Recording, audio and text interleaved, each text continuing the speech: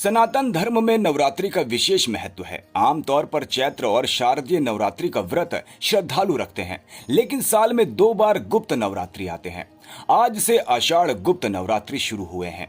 ये साधकों, तंत्र मंत्र की उपासना करने वालों और शक्ति साधना के लिए महत्वपूर्ण माने जाते हैं।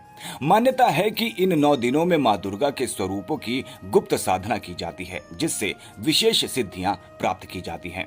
दृग पंचांग के अनुसार प्रतिपदा तिथि 14 जुलाई को दोपहर 3:12 से शुरू हुई है और समापन आज सुबह 11:50 पर हुआ। उदया तिथि में नवरात्रि का पहला व्रत रखा जा रहा है। गुप्त नवरात्रि क्या है, इसका धार्मिक महत्व क्या है?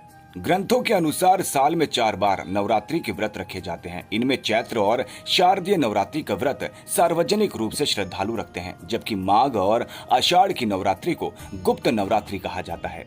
मान्यता है कि गुप्त नवरात्रि के दौरान 9 दिनों में मां आदि शक्ति की आराधना की जाती है और व्रत रखने वाले व्यक्ति को मानसिक शक्ति, आत्मविश्वास, जीवन की बाधाओं से मुक्ति मिलती है। कई साधक इस अवधि में 10 महाविद्याओं की उपासना भी करते आए हैं। मां दुर्गा के भक्त गुप्त नवरात्रि के दौरान माता काली, मां तारा, त्रिपुर सुंदरी, भुवनेश्वरी, भैरवी, छिन्नमस्ता, धूमावती, बगलामुखी, मातंगी और मां कमला की साधना करते हैं।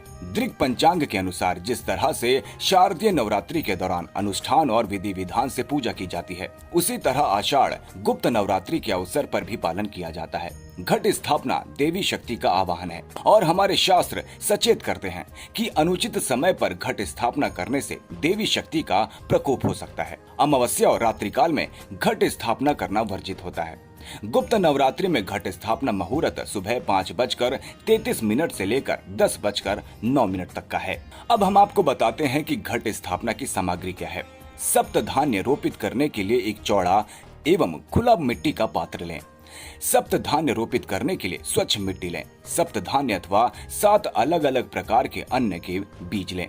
एक छोटे आकार का पीतल व मिट्टी का कलश लें। कलश में भरने के लिए शुद्ध जल व गंगा जल लें। पवित्र सूत्र, मौली व कलावा रखें। इत्र रखें, सुपारी रखें। कलश में डालने के लिए सिक्का रखें। अशोक वृक्ष अथवा आम के 5 पत्ते लें। कलश ढकने के लिए एक पात्र का ढक्कन लें। कलश के ऊपरी पात्र में रखने के लिए अक्षत लें। बिना छिला हुआ नारियल लें। नारियल पर लपेटने के लिए लाल कपड़ा लें। पुष्प रखें। दुर्वा घास रखें।